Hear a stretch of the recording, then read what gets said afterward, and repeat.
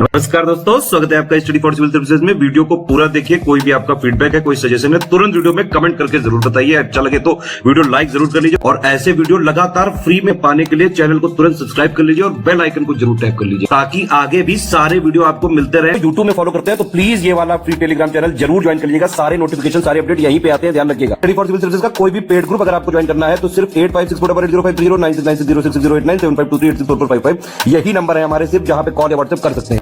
Instagram पे हमारा page जरूर फॉलो कर लीजिएगा, studyforcivil.services है। ट्विटर पे हमको जरूर फॉलो कर लीजिएगा, @studyforcivils है। सारे क्वेश्चन अटेम्प्ट करिए और स्कोर अपना तुरंत कमेंट करके बताइए। दोस्तों नमस्कार, स्टडी फॉर सिविल सर्विसेज में आपका स्वागत है। यूपीपीएससी पेड क्विज कंटिन्यू करेंगे। फर्स्ट क्वेश्चन आज का देखेंगे। आपसे पूछा गया है किस राज्य के हाईवे पर विश्व का पहला बांस का क्रैश बैरियर लगाया गया है। नेशनल हाईवेज पे आपने देखा होगा ऐसे रोड होती है, किनारे किनारे पे ऐसे बैरिकेडिंग लगी होती है जो कि मोस्टली स्टील वगैरह की होती है, ठीक। तो उसी को एक ऑल्टरनेटिव के रूप में यहाँ पे बाम्बू यानी बांस को यूज़ किया गया है। लगभग 200 मीटर का एक स्ट्रेच है जिसमें एक तरीके से समझ लीजिए कि पायलट प्रोजेक्ट के तौर पे इंस्टॉल किया गया है महाराष्ट्र में, ठीक। तो यहाँ पे एक सस्टेनेबल यूसेज के लिए इन सब चीज़ों का ऑल्टरनेटिव निकाला जाए जो इस तरह के एलिमेंट्स हैं, इसके लिए यहाँ पे ये किया गया। ध्यान रखेंगे, इंपॉर्टेंट है, विकल्प हमारा सी करेक्ट हो जाएगा। नेक्स्ट है किस राज्य के शिवगंगा जिले के किझाड़ी एक स्थल है। शिवगंगा जिला कहाँ पे है? तमिलनाडु में। तो यहाँ पे एक हाल ही में विश्व स्तरीय संग्रहालय का उद्घाटन किया गया है। यहाँ पे तमिलनाडु के जो चीफ मिनिस्टर हैं MK स्टालिन, इन्होंने इनॉग्रेट किया है और इसमें बी विकल्प को चुनेंगे, ठीक है। नेक्स्ट है 3 मार्च 2023 को प्रतिस्पर्धा कानून के अर्थशास्त्र पर 8वां राष्ट्रीय सम्मेलन कहाँ आयोजित किया गया? National conference on economics of competition law. तो एक दूसरी मतलब जो भी फर्म्स होती हैं किसी इकोनॉमी में, एक दूसरे से हेल्दी कंपटीशन हो, है ना, इस तरह के जो लॉज हैं उसका रेफरेंस में एक ये मतलब नेशनल कॉन्फ्रेंस आयोजित की जाती है कंपटीशन कमीशन ऑफ इंडिया के द्वारा।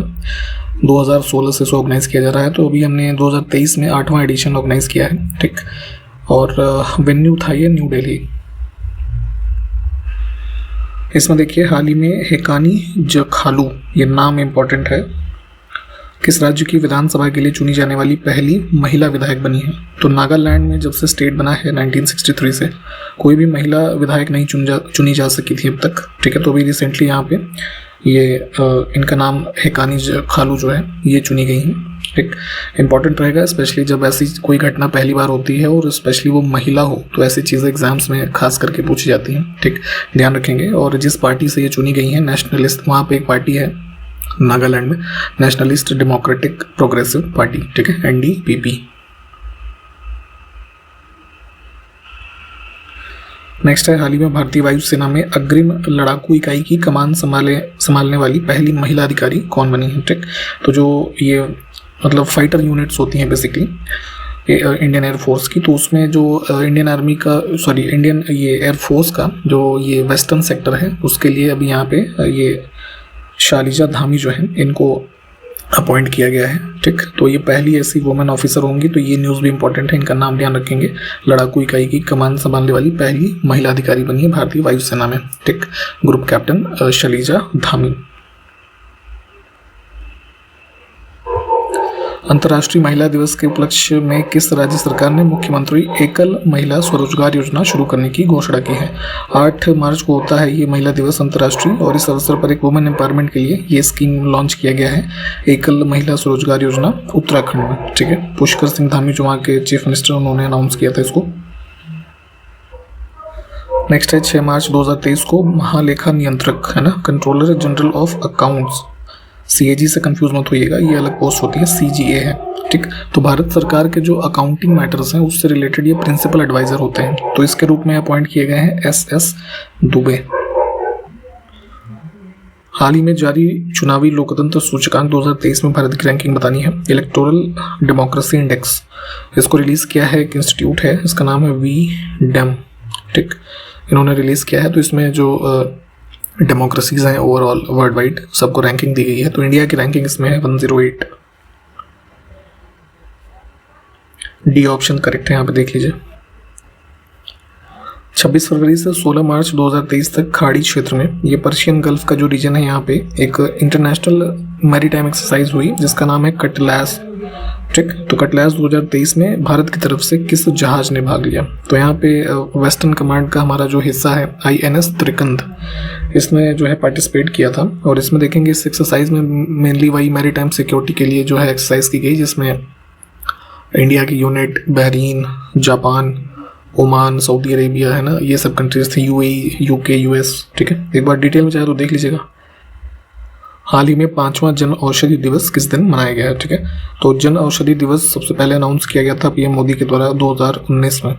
ठीक, तो 7 मार्च को मनाते हैं। बेसिकली जो मार्च का फर्स्ट वीक होता है उसको जन औषधि ये वीक के रूप में मनाते हैं। तो इस बार भी वही हुआ है, 7 मार्च को खैर ये मेन डे जो है जन औषधि दिवस मनाते हैं। और थीम हो सके तो ध्यान रखें 2023 की जन औषधि सस्ती भी अच्छी भी, ऐसे करके कुछ थीम था। ठीक, फिलहाल ऑप्शन C करेक्ट है। नेक्स्ट देखिए, हाल ही में मासिक धर्म की छुट्टी प्रदान करने वाले कानून को पारित करने वाला पहला यूरोपीय देश कौन सा बन गया है? ठीक है, फीमेल्स में मेंस्ट्रुअल जो साइकिल होती है तो बहुत ही ज़्यादा कई बार पेन की स्थिति बन जाती है। ऐसी स्थिति में अगर किसी महिला को लीव चाहिए, ठीक है, तो ऑफिशियली इसके लिए एक लॉ बनाया गया है स्पेन में। ठीक, ऑप्शन A को चुनेंगे तो ये पहला यूरोपीय देश बना है। इसमें एक चीज़ ये ध्यान दीजिएगा कि ये वाला प्रोविज़न जैसे कुछ और कंट्रीज़ में पहले से था, जैसे जापान, इंडोनेशिया, इधर जैसे कि थी ये ज़ाम्बिया। ठीक है, तो इसमें यूरोप में स्पेन पहला ऐसा देश बना है।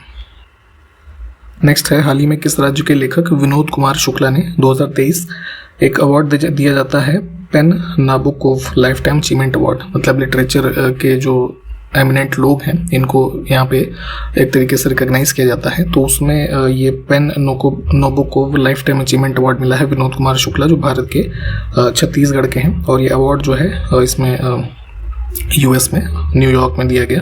ठीक है, वहाँ पे ऑर्गेनाइज किया जाता है।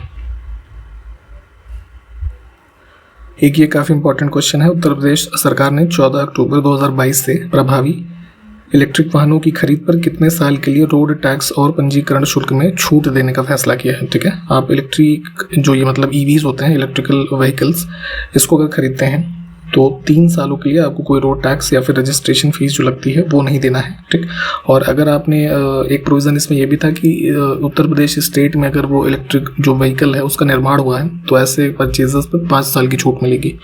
ठीक, तो ये काफ़ी इंपॉर्टेंट फैक्टर रहेगा, इसको ध्यान रखेंगे। ये आपको पहले बताया था, मध्य प्रदेश में लाडली बहन योजना स्टार्ट की गई है। ठीक, जिसके अंतर्गत महिलाओं को प्रति माह 1000 रुपये देने का प्रावधान है। ऐसी फैमिलीज जो कि इनकम टैक्स पे ही नहीं है और या फिर उनकी जो एनुअल इनकम है ना, दैट इज बिलो 2.5 लाख। तो ऑप्शन B।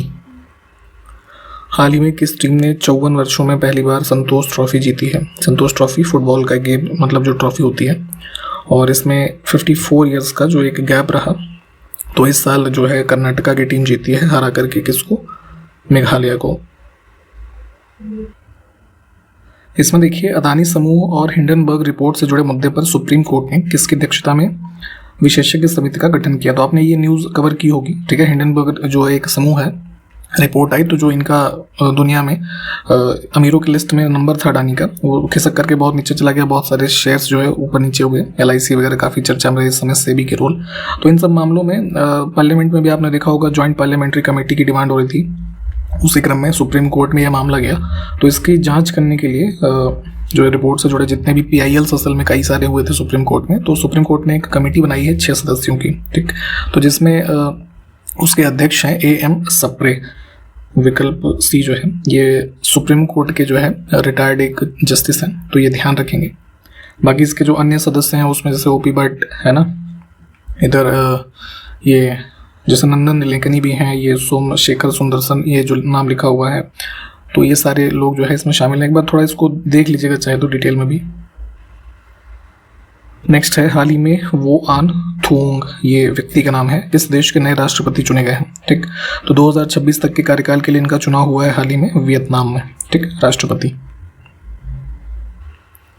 केंद्र सरकार ने सीमा सुरक्षा बल BSF, ठीक है, भर्ती में पूर्व अग्निवीरों को कितने प्रतिशत आरक्षण देने की घोषणा की है? ठीक, तो अग्निवीर आप जानते हैं कि नया कॉन्सेप्ट लास्ट ईयर इंट्रोड्यूस हुआ हमारे जो सिक्योरिटी फोर्सेस हैं। तो जो रिटायर हो जाएंगे अग्निवीर, उनको फिर फर्दर ये BSF रिक्रूटमेंट में 10% का जो एक रिजर्वेशन दिया जाएगा सीट्स में, ठीक है। इसका अनाउंसमेंट भी हाल ही में केंद्रीय जो गृह मंत्रालय है इन्होंने किया है, ठीक। तो ध्यान रखेंगे, इंपॉर्टेंट रहेगा ऑप्शन बी। आगे देखिए, बिम्स्टेक एक जो समूह है, ठीक है, तो इसकी अभी हाल ही में 19वीं मिनिस्टीरियल मीटिंग हुई है, ठीक। तो इसमें भारत की तरफ से जो हमारे एक्सटर्नल अफेयर्स के मिनिस्टर ऑफ स्टेट हैं, राजकुमार रंजन सिंह नाम है, उन्होंने इसमें पार्टिसिपेट किया। वर्चुअली इसको जो है ऑर्गेनाइज किया गया है थाईलैंड के द्वारा, ठीक। ऑप्शन सी को चुनेंगे। बिम्स्टेक का फुल फॉर्म क्या होता है, जरा कोई बताएगा क्या? नेक्स्ट है, मार्च 2023 को भारतीय नौसेना का मुख्य परिचालन स्तर का अभ्यास ट्रॉपिक्स 2023 कहाँ पर आयोजित किया गया? ट्रॉपिक्स एक्सरसाइज जो है इंडियन नेवी से संबंधित, ये इंडियन ओशन रीजन जो इधर का है अरेबियन सी में, ठीक है, यहाँ पे किया गया।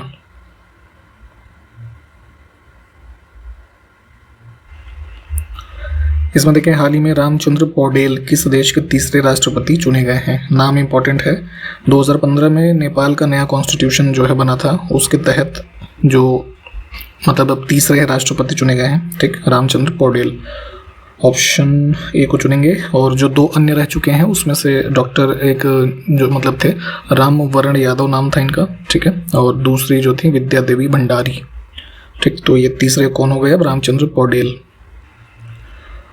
हाल ही में नैसकॉम द्वारा स्वदेशी नवाचार के माध्यम से बदलाव पर डीप टेक शिखर सम्मेलन कहाँ पर आयोजित किया गया, ठीक है।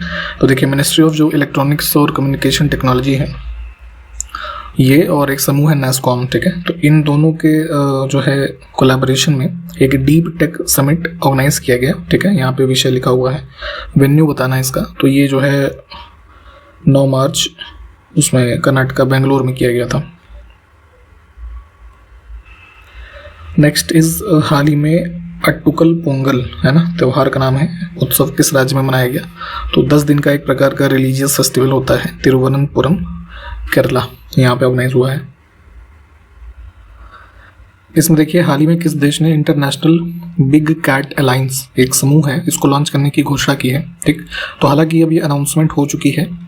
International big cat alliance basically एक ऐसा समूह है जो कि कंजर्वेशन और प्रोटेक्शन से संबंधित जो इनिशिएटिव्स हैं, जो हमारी ये कैट की श्रेणी के जानवर हैं, जिसमें कुल 7 आते हैं, है ना, जैसे tiger, lion, leopard, snow leopard, cheetah, jaguar और प्यूमा, ठीक। तो इन सभी के कंजर्वेशन प्रोटेक्शन के रेफरेंस में अभी हाल ही में इसका अनाउंसमेंट किया गया है मैसूर, कर्नाटका से, ठीक। अभी हमारे प्रोजेक्ट टाइगर के कंप्लीशन के 50 साल हुए 9 अप्रैल को, तो उसी के अवसर पर इसको अनाउंस किया गया प्राइम मिनिस्टर मोदी के द्वारा, ठीक। काफ़ी इंपॉर्टेंट है, इसको ध्यान रखेंगे। और रिसेंटली हमारा टाइगर सेंसस भी जो है रिलीज़ किया गया इसी अवसर पर, जिसमें पहले भारत में टाइगर्स की संख्या थी 2967, 200 टाइगर बढ़ गए हैं, अब हमारे पास है 3167। इस नंबर को ध्यान रखेंगे, अब आने वाले दिनों में आपसे एग्जैक्टली ये डेटा पूछा जा सकता है। इसमें देखिए, फरवरी 2023 को संस्कृति मंत्रालय की एक अनूठी पहल, ठीक है, जिसका नाम है Dhara an ode to Indian knowledge system, इसको कितने साल जो है पूरे हुए ये बताना है। तो ये जो हमारा ये चल रहा था ना इनिशिएटिव आज़ादी का अमृत महोत्सव, इसके अंतर्गत मिनिस्ट्री ऑफ कल्चर ने इसको लॉन्च किया था पिछले साल, ठीक है। तो अभी हमारा 1 साल हो गया इसको, ठीक। नेक्स्ट है, हाल ही में भारत के किस मंत्रालय ने पोर्टर पुरस्कार 2023 प्राप्त किया है, ठीक। ये अवार्ड मिला है for the management of covid pandemic, और ये वैक्सीन वगैरह के डेवलपमेंट के लिए हेल्थ मिनिस्ट्री को दिया गया है। नेक्स्ट है, 27 फरवरी 2023 को केंद्रीय मंत्री नितिन गडकरी ने उत्तर प्रदेश के किस जिले में 6500 करोड़ रुपए के निवेश से 7 राष्ट्रीय राजमार्ग परियोजनाओं का उद्घाटन किया, ठीक है। तो ये अभी रिसेंटली जो है यहाँ बलिया में किया गया था, ठीक है। वहाँ पे चितबाड़ा गांव है, वहाँ से इसको इनॉग्रेट किया गया था। इसमें यहाँ पे अमाउंट ध्यान रखिएगा, ठीक है। और 7 नेशनल हाईवेज को डेवलप करने का प्रोजेक्ट है इसमें। हाल ही में याओशांग उत्सव किस राज्य में मनाया गया, ठीक है। एक प्रकार का मतलब कल्चरल फेस्टिवल है, 5 दिनों के लिए मनाया जाता है मणिपुर में। हाल ही में किस राज्य सरकार ने देश का पहला सरकारी मदर मिल्क बैंक, है ना, जो लैक्टेटिंग मदर्स होती हैं तो उनका जो दूध है छोटे बच्चों के लिए बहुत ही आवश्यक होता है। तो इसी पर्पज़ को फुलफिल करने के लिए गवर्नमेंट जो है स्पॉन्सर्ड एक ये मिल्क बैंक इस्टेब्लिश किया जा रहा है उत्तराखंड में, ठीक। जो ऑर्फनेज वगैरह हैं उनके बच्चों को, ताकि इस जो मदर मिल्क है उसकी अवेलेबिलिटी सुनिश्चित की जा सके। हाल ही में शेख मोहम्मद किस देश के नए प्रधानमंत्री बने हैं, ठीक। यहाँ पे हमने कई सारे ये प्रेसिडेंट और प्राइम मिनिस्टर्स की जो है बात की इस वीडियो में, सबको ध्यान रखिएगा, ये चीज़ें पूछ ली जाती हैं। तो ये बने हैं कतर में। 1 से 7 मार्च तक अंतर्राष्ट्रीय योग महोत्सव 2023 कहाँ पर आयोजित किया गया, ठीक है। गंगा नदी के किनारे ऋषिकेश उत्तराखंड में इसको आयोजित किया गया है। 2 से 4 मार्च 2023 तक भारतीय कृषि अनुसंधान संस्थान के द्वारा पूसा कृषि विज्ञान मेला कहाँ पर आयोजित किया गया, IARI, ठीक है, इसकी बात हो रही है। तो पूसा कृषि विज्ञान मेला इन्होंने आयोजित किया था न्यू दिल्ली में। इसमें देखिए सीडी बशीर मस्जिद कहाँ पर स्थित है, ठीक है। ये एक मॉस्क है, इसको बनवाया गया था 1452 में। जो है एक स्लेव था अहमद शाह का, सीडी बशीरी नाम था इसका, ठीक है। तो उसने बनवाया था अहमदाबाद, ठीक है, गुजरात। नेक्स्ट है उत्तर पूर्व भारत का प्रसिद्ध ड्री त्योहार किस प्रदेश में मनाया जाता है, ठीक है। राज्य की बात हो रही है। तो एक फेमस इससे जो ट्राइब एसोसिएटेड है अपातानी, ठीक है, ये सेलिब्रेट करते हैं और मुख्य रूप से मनाया जाता है अरुणाचल प्रदेश में। प्रसिद्ध मुखेश्वर मंदिर और अनंत वासुदेव मंदिर किस प्रदेश में स्थित हैं, तो कृष्ण भगवान को समर्पित दोनों मंदिर भुवनेश्वर में है, ओडिशा। आगे देखिए भारतीय राष्ट्रीय अंतरिक्ष अनुसंधान समिति की स्थापना कब हुई थी, ठीक। तो ये बेसिकली स्पेस एक्सप्लोरेशन की एक्टिविटीज़ को, है ना, एक्सपेडाइट करने के लिए विक्रम साराभाई की जो कह लीजिए रिकमेंडेशन पे 1962 में इस्टेब्लिश किया गया था, ठीक है। उस समय जवाहरलाल नेहरू प्राइम मिनिस्टर थे, उन्होंने फॉर्म किया था और फर्दर इसको जो है 1969 में डिसॉल्व कर दिया गया था, ठीक। आप जरा हमको ये बताएं इसरो की स्थापना कब हुई थी, ठीक है। स्पेस एक्सप्लोरेशन के संबंध में ये चीज़ें आपको पता होनी चाहिए, जरा इसका ईयर कॉमेंट करके बताइए। निम्नलिखित में से किसमें सर्वाधिक पादप विविधता पाई जाती है, ठीक है। प्लांट डाइवर्सिटी आप सबसे ज़्यादा पाएंगे जितने भी यहाँ पे फॉरेस्ट लिखे हुए हैं ट्रॉपिकल एवरग्रीन फॉरेस्ट में। इसका सबसे ज़्यादा जो बड़ा एग्जाम्पल है अमेजॉन बेसिन, जो आप साउथ अमेरिका में देखते हैं, ठीक है। तो ऑप्शन ए को चुनेंगे। निम्नलिखित में से कौन सा वायु प्रदूषक ऑक्सीजन की अपेक्षा अधिक शीघ्रता से रक्त के हीमोग्लोबिन में घुल जाता है, ठीक। तो ये होता है कार्बन मोनोऑक्साइड, ठीक है। इसका एग्जाम्पल के तौर पे आप समझ सकते हैं कि जैसे जो लोग बीड़ी या सिगरेट पीते हैं, ठीक, तो जो धुआं है, ठीक है, वो परफेक्ट एग्जाम्पल है। उसमें कार्बन मोनोऑक्साइड या आपके जो ब्लड सेल्स होती हैं यहाँ पे, इसमें डिजॉल्व होता है ऑक्सीजन से भी तेज, ठीक। इसमें देखिए कौन सा ईंधन न्यूनतम पर्यावरण प्रदूषक या प्रदूषण जो है उत्पन्न करेगा।